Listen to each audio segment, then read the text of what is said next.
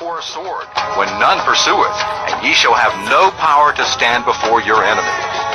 About 30% of America's founding fathers owned over 1,300 slaves. Slaves were also owned by 11 of 16 United States presidents during the time of slavery. As pointed out in the scriptures, those which hate you shall rule over you was clearly seen in those who formed the government of the United States, as they could not contain their intense hatred of the children of Yah. Even the Declaration of Independence did not address the slave trade, slavery, or the plantation system, so the assurance that all men are created equal did not apply to the slaves. Joel 3:3-6. And they have cast lots for my people, and given a boy for a harlot, and sold a girl for wine that they might drink. The children also of Judah and the children of Jerusalem have you sold unto the Grecians, that ye might remove them far from their border.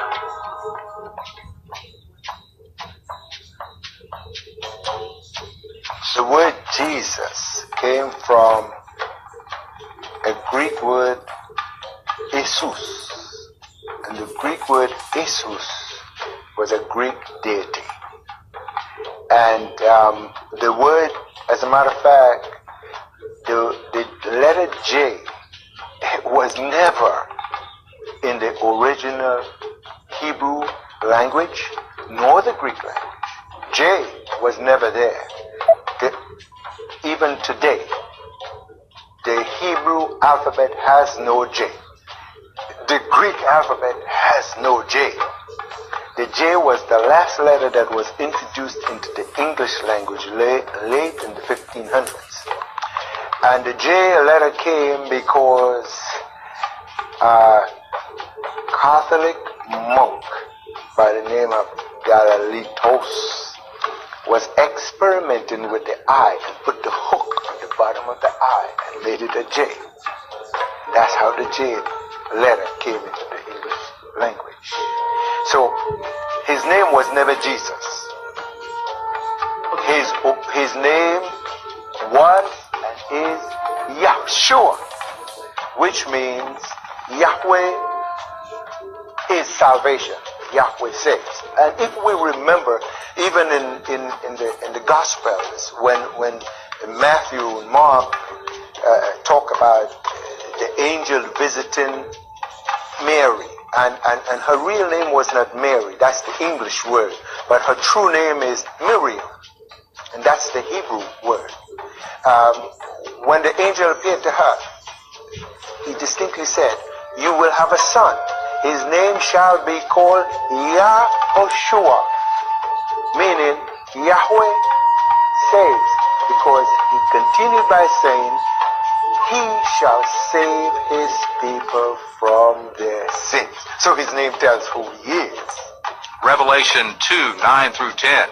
I know thy works and tribulation and poverty, but thou art rich, and I know the blasphemy of them which say they are Jews and are not, but are the synagogue of Satan.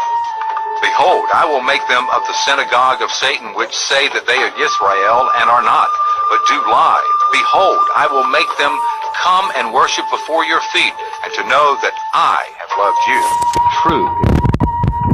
Obadiah Yisrael of the Hebrew Israelites in Chicago points out that one of the facts Scriptures gives us about Israel in regard to their physical appearance is that Israel is described as physically looking like the sons of Ham in appearance.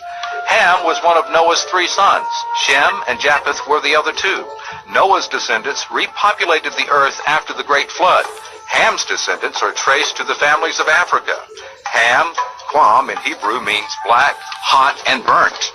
Ham had 4 sons: Cush, Ethiopians, Cushites, and Ham, Egyptians, and Kemet, and Phut, ancient Somalia. All 4 of Ham's sons and their descendants settled in and around the continent of Africa. This includes the so-called Middle East, which is also part of the continent of Africa. Ham's sons are the people of the African continent, the ancient Egyptians, Ethiopians, Somalians, Canaanites, etc. The Israelites are descendants of Noah's son Shem through Abraham. He is the father of the Hebrew Israelite nation. Abraham is the father of Isaac. Isaac is the father of Jacob. Jacob had 12 sons, and these sons are the patriarchs of the Israelite nation. The 12 tribes of Israel are as follows: Reuben, Simeon, Levi, Judah, Dan, Gad, Asher, Naphtali, Zebulun, Issachar, Joseph, Benjamin. The children of Israel were the children of Jacob. Jacob had 12 sons. Jacob's name was changed to Israel because he had an encounter with an angel. Okay? In the land of Canaan, where they lived, there was a famine in the land of Canaan. One of Jacob's son, who was Joseph, which we call today Joseph, Joseph was sold as a slave into Egypt. Being a Hebrew Israelite, he served Yahweh. He trusted Yahweh because that's what he was brought up to love and serve Yahweh. He trusted Yahweh. And because while he was in Egypt, of his faithfulness to Yahweh, he won favor with Pharaoh and all the people of Egypt. And so when Pharaoh had a dream and could not interpret the dream, they called for Joseph.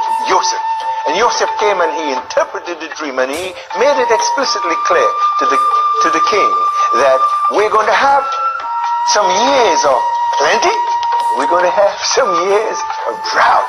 He said, but you know, the years of plenty, if we take all that we harvest and store it up, we will have enough to take us through the lean years.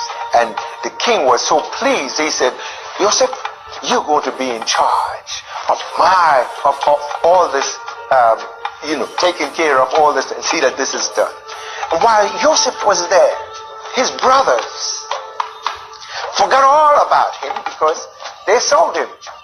And their father didn't realize that Joseph was still alive because they went home and lied to their father and said, a wild beast killed him.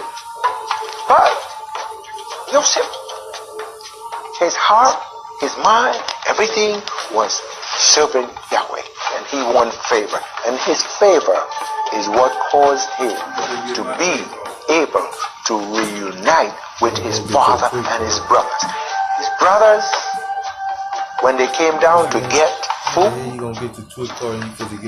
Joseph immediately knew it was his brother, but they couldn't recognize him. Why? Because he was now dressed in an Egyptian apparel. And they're black people. He recognized his people. Obadiah Yisrael of the Hebrew Israelites in Chicago points out that if Joseph and the Hebrews look like Donny Osmond, who portrayed Joseph in a stage play, his brothers would have recognized him easily among the black Egyptians. But Joseph's own flesh and blood brothers thought he was an Egyptian. The ancient Egyptians of Joseph's time were indeed what we know today as black. This is a fact attested to by many.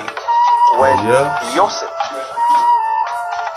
became governor of Egypt, and he went to Pharaoh after making acquaintance with his brothers, went to Pharaoh and told Pharaoh, look, my family, my dad, my brothers, they're all, I want to bring them here because they're suffering over there. And Pharaoh was just happy to get Joseph's family down into Egypt. And these were Pharaoh's words. Bring them and we will give them the best in Egypt. Hallelujah. And so Pharaoh sent carts to transport Joseph's father, his brothers, his wives, their wives and their children. There were 66 people in all that left Canaan and went to Egypt. Hallelujah. But what happened is, while Joseph was there, he was the favorite to all of Egypt and all the nations around. Everybody knew Joseph because he was the man next to the king. And when the brothers came and they all settled there, after Pharaoh died, the new king did not know anything about Joseph. He did not know Joseph. So he didn't take to Joseph very quickly. And so Joseph had problems with